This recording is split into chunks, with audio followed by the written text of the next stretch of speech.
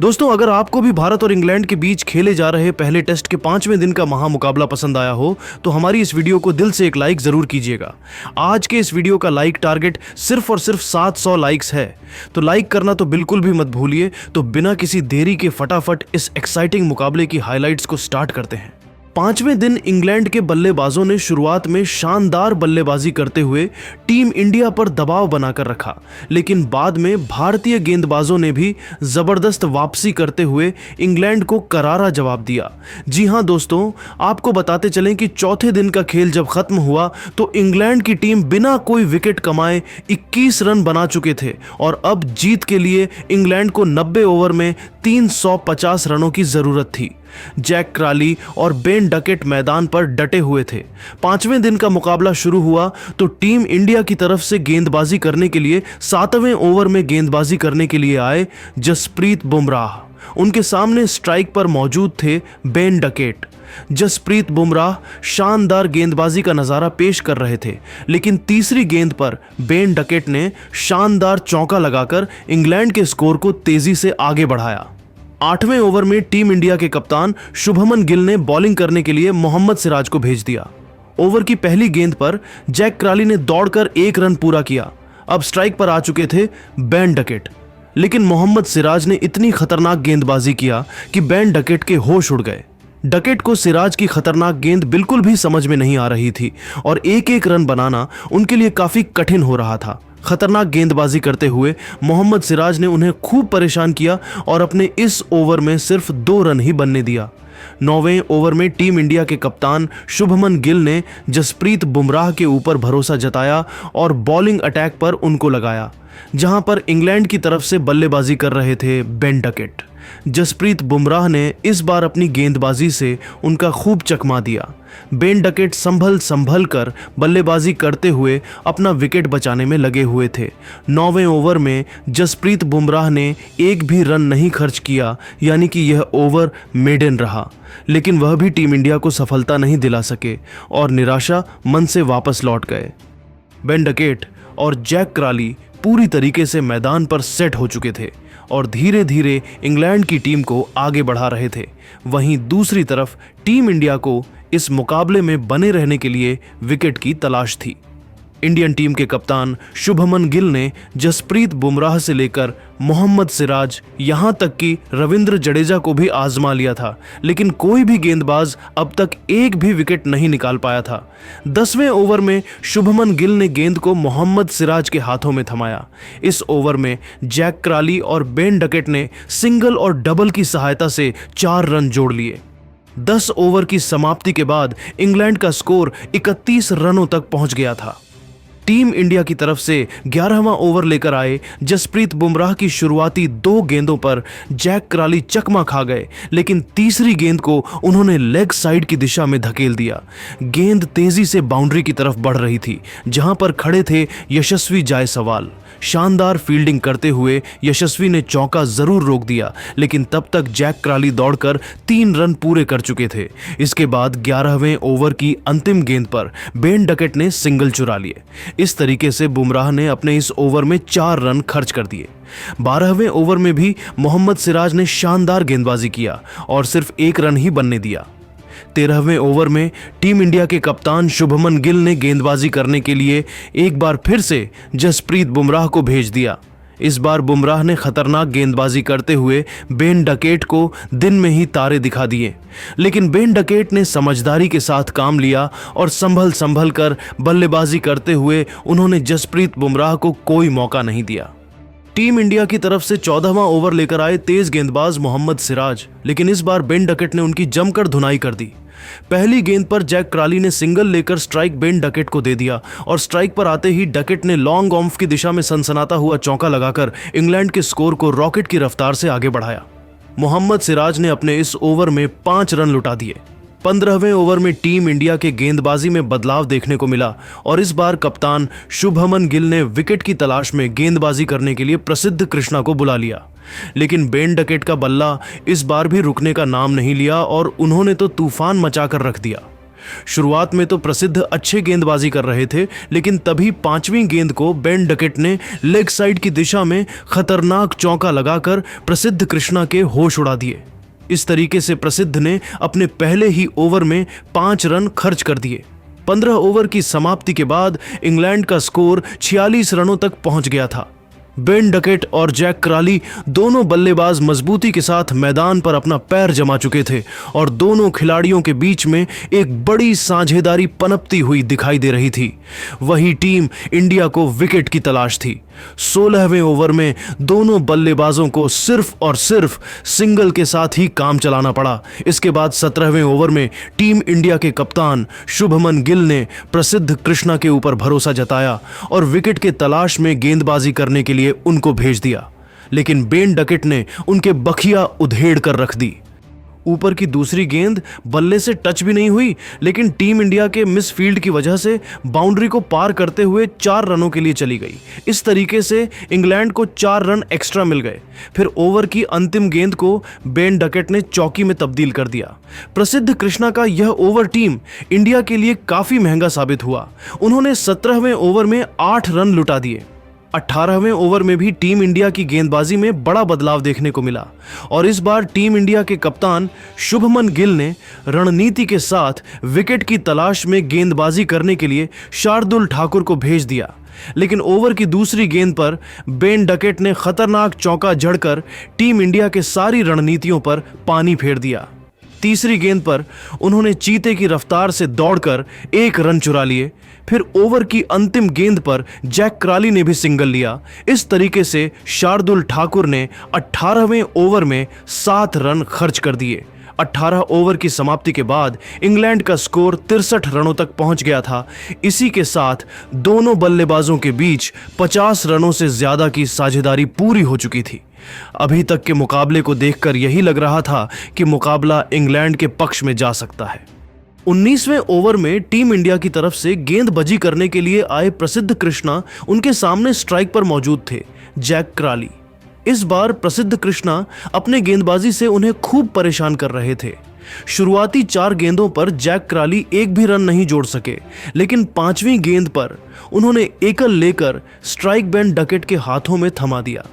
जैसे ही strike Ben Duckett के पास आया, ताबड़तोड़ अंदाज में बल्लेबाजी करते हुए डकेट ने तगड़ा चौका लगाकर इंग्लैंड के स्कोर को रॉकेट की रफ्तार से आगे बढ़ाया। दोनों बल्लेबाजों ने मिलकर प्रसिद्ध के इस ओवर से 5 रन बटोर लिए। 20वें ओवर में दोनों बल्लेबाजों ने सिर्फ और सिर्फ सिंगल के साथ ही काम चलाया और 4 रन जोड़ डाले। बेस ओवर की समाप्ति के बाद इंग्लैंड का स्कोर 72 रनों तक पहुंच गया था। वहीं बेन डकेट धीरे धीरे अपने अर्धशतक की तरफ बढ़ रहे थे। इंग्लैंड के दोनों बल्लेबाज टीम इंडिया पर पूरी तरीके से हावी हो चुके थे और हर गेंदबाज की जमकर धुनाई कर रहे थे।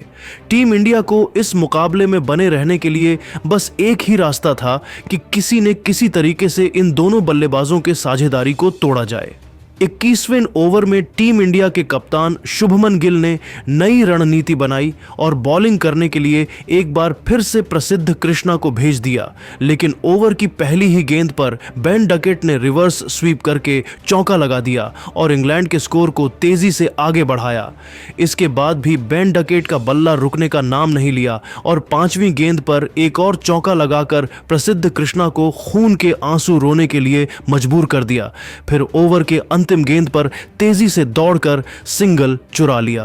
प्रसिद्ध कृष्णा ने 21वें ओवर में 9 रन लुटा डाले। इस तरीके से टीम इंडिया के कप्तान शुभमन गिल की नई रणनीति भी फेल हो गई। 22वें ओवर की दूसरी गेंद पर बेन डकेट ने सिंगल लेकर अपना तूफानी अर्धशतक भी पूरा कर लिया और उन्होंने बल्ले को हवा में लहराकर इस मोमेंट का सेलिब्रेशन किया। 22वें ओवर में दोनों बल्लेबाजों ने मिलकर 6 रन जोड़ डाले, जिसमें जैक क्राली ने एक शानदार चौका लगाया था।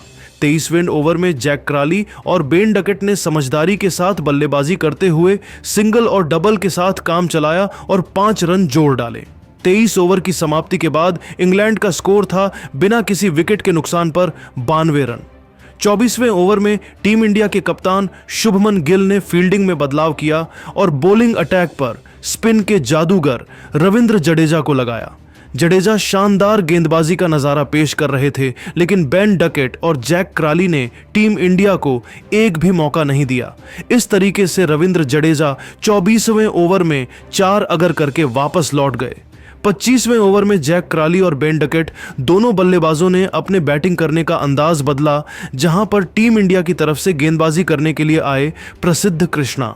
ओवर की तीसरी गेंद पर जैक क्राली ने ऑफ साइड की दिशा में जबरदस्त चौका लगाया।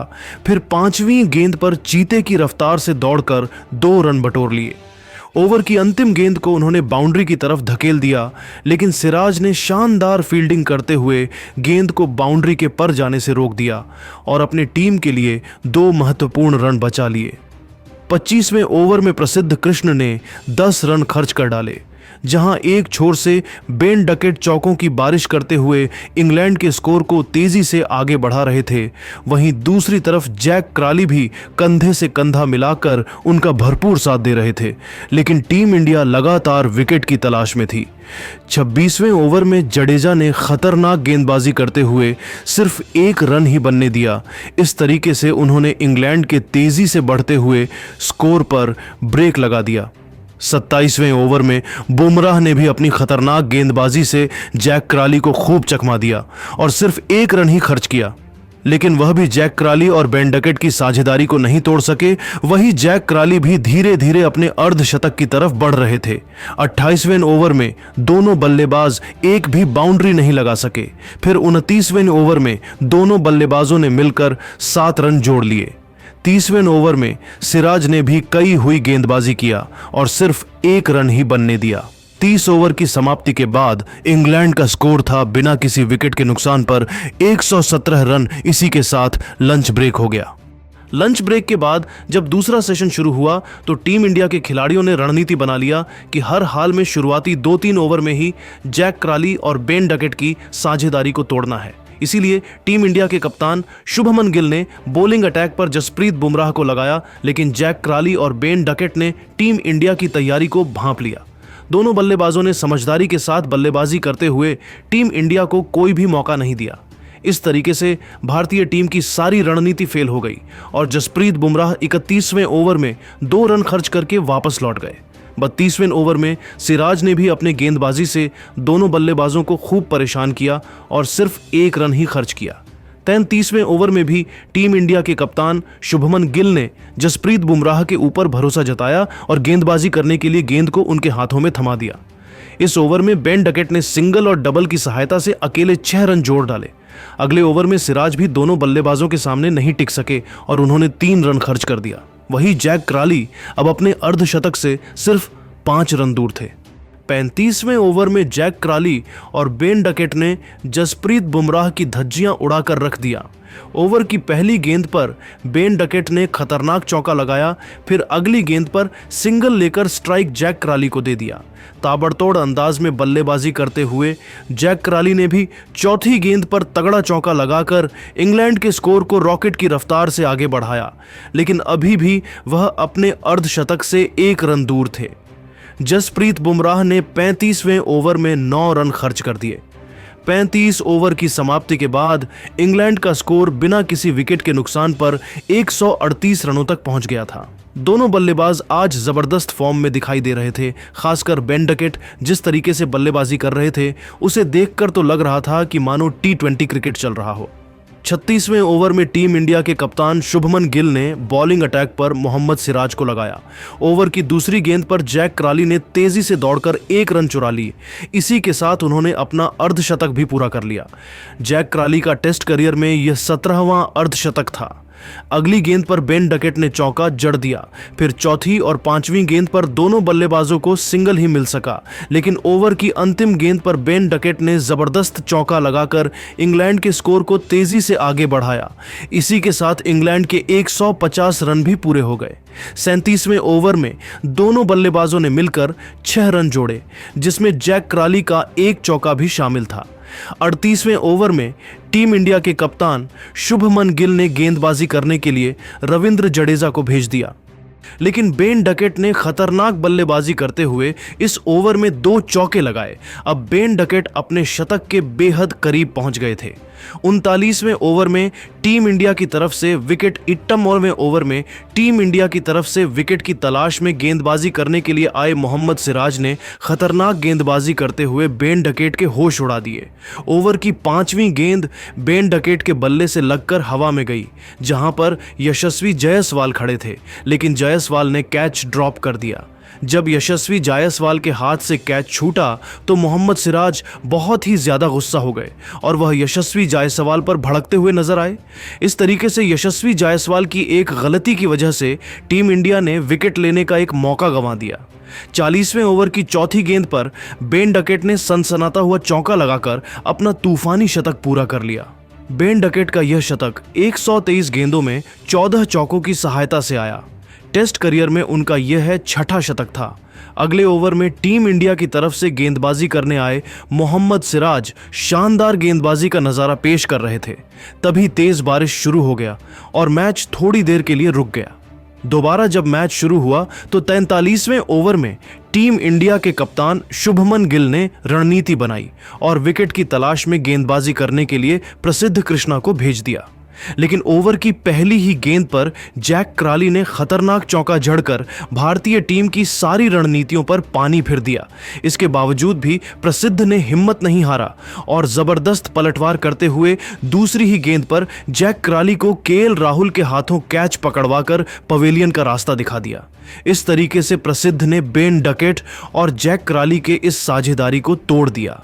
जैक क्राली इंग्लैंड के लिए 7 चौकों की सहायता से 65 रन बनाकर वापस लौट गए, लेकिन बेन डकेट अभी भी मैदान पर डटे हुए थे और उनके साथ देने के लिए ओली पोप आ चुके थे। ओली पोप के चेहरे पर विकेट गिरने का दबाव बिल्कुल भी नहीं दिख रहा था और आते ही उन्होंने शानदार चौका लगाकर अपना खाता खोला, लेकिन वह भी ज्यादा देर तक मैदान पर नहीं टिक पाए और 45वें ओवर में प्रसिद्ध कृष्णा ने ओली पोप को क्लीन बोल्ड कर उनके चारों खाने चित्त कर दिए। ओली पोप इंग्लैंड के लिए सिर्फ 8 रन बनाकर बेहद निराश मन से वापस लौट गए। इस तरीके से भारतीय टीम को बैक टू बैक 2 सफलता मिल गई। एक छोर से इंग्लैंड के 2 विकेट गिर गए, लेकिन दूसरी तरफ बेन डकेट मजबूती के साथ मैदान पर अपना पैर जमा रखे थे। ओली पोप का विकेट गिरने के बाद इंग्लैंड की तरफ से बल्लेबाजी करने के लिए उतरे उनके सबसे भरोसेमंद बल्लेबाज जो रूट। वहीं भारतीय टीम की तरफ से 46वां ओवर लेकर आए टीम इंडिया के तेज गेंदबाज जसप्रीत बुमराह ने शानदार गेंदबाजी करते हुए जो रूट को खूब चकमा दिया। जो रूट के लिए एक एक रन बनाना काफी कठिन हो रहा था और वह संभल कर बल्लेबाजी करते हुए अपना विकेट बचा रहे थे। प्रसिद्ध कृष्णा ने अपनी खतरनाक गेंदबाजी से इस मुकाबले में भारतीय टीम की वापसी करा दिया। 47वें ओवर में प्रसिद्ध कृष्णा ने भी कसी हुई गेंदबाजी किया और सिर्फ 2 रन ही खर्च किया। 48वें ओवर में टीम इंडिया के कप्तान शुभमन गिल ने बॉलिंग करने के लिए जसप्रीत बुमराह को भेज दिया, लेकिन इस बार जो रूट और बेन डकेट ने ताबड़तोड़ अंदाज में बल्लेबाजी करते हुए 2 खतरनाक चौके लगाए। बुमराह आज काफी ज्यादा परेशान दिखाई दे रहे थे क्योंकि अब तक उन्हें एक भी सफलता नहीं मिल पाई थी। 49वें ओवर में जो रूट और बेन डकेट ने सिंगल और डबल के साथ काम चलाया और 4 रन जोड़ डाले। 50वें ओवर में टीम इंडिया के खिलाड़ियों ने रणनीति बनाई और फील्डिंग में भी बदलाव किया गया। इस बार जसप्रीत बुमराह ने ढाकड़ अंदाज में गेंदबाजी करते हुए दोनों बल्लेबाजों को खूब परेशान कर रहे थे, लेकिन यहां भी उनके हाथ निराशा ही लगा। 51वें ओवर में बेन डकेट ने प्रसिद्ध कृष्णा की बखिया उधेड़ कर रख दिया और 2 जबरदस्त चौके लगाकर टीम इंडिया पर दबाव और ज्यादा बढ़ा दिया। 51 ओवर की समाप्ति के बाद इंग्लैंड का स्कोर था 2 विकेट के नुकसान पर 238 रन। 52वें ओवर में गेंदबाजी करने के लिए रविंद्र जडेजा को भेजा गया, लेकिन वह भी पूरी तरीके से घुटने टेकते हुए नजर आए और बेन डकेट ने जडेजा के इस ओवर में 95 मीटर का एक लंबा छक्का लगाया। 53वें ओवर में गेंद को शार्दुल ठाकुर के हाथों में थमा दिया गया। शार्दुल ने अपनी खतरनाक गेंदबाजी से दोनों बल्लेबाजों को खूब चकमा दिया और इंग्लैंड के तेजी से बढ़ते हुए स्कोर पर ब्रेक लगा दिया, जिसकी वजह से टीम इंडिया के कप्तान शुभमन गिल का विश्वास शार्दुल ठाकुर के ऊपर बढ़ गया। 55वें ओवर में टीम इंडिया की तरफ से गेंदबाजी कर रहे थे रविंद्र जडेजा। ओवर की 5वीं गेंद पर बेन डकेट ने शानदार चौका लगाया और इंग्लैंड के स्कोर को 253 रनों तक पहुंचा दिया। टीम इंडिया के पास बस एक ही रास्ता बचा था यह मुकाबला जीतने के लिए कि किसी तरीके से इंग्लैंड को ऑल आउट किया जाए। इसीलिए कप्तान शुभमन गिल ने बॉलिंग अटैक पर शार्दुल ठाकुर को लगाया। खतरनाक गेंदबाजी करते हुए शार्दुल ठाकुर ने तीसरी ही गेंद पर बेन डकेट को नीतीश कुमार रेड्डी के हाथों कैच पकड़वाकर पवेलियन का रास्ता दिखा दिया। इस तरीके से बेन डकेट 21 चौके और एक छक्का की सहायता से 149 रनों की पहाड़ी खेलकर वापस लौट गए। अब जो रूट का साथ देने के लिए मैदान पर उतरे 26 वर्षीय बल्लेबाज हैरी ब्रुक, लेकिन शार्दुल ठाकुर के तूफानी गेंदबाजी के सामने वह भी नहीं टिक सके और गेंद बल्ले से लगकर ऋषभ पंत के हाथों में चली गई। इस तरीके से इंग्लैंड को बैक टू बैक 2 बड़े झटके लग गए। शार्दुल ठाकुर ने अपने गेंदबाजी के जादू से टीम इंडिया की मैच में वापसी कराई। अब इंग्लैंड की पारी को संभाल रहे थे जो रूट और कप्तान बेन स्टोक्स। 55 ओवर की समाप्ति के बाद इंग्लैंड का स्कोर था 256 रन। वहीं उसके 4 दिग्गज बल्लेबाज पवेलियन की शोभा बढ़ाने के लिए चले गए थे।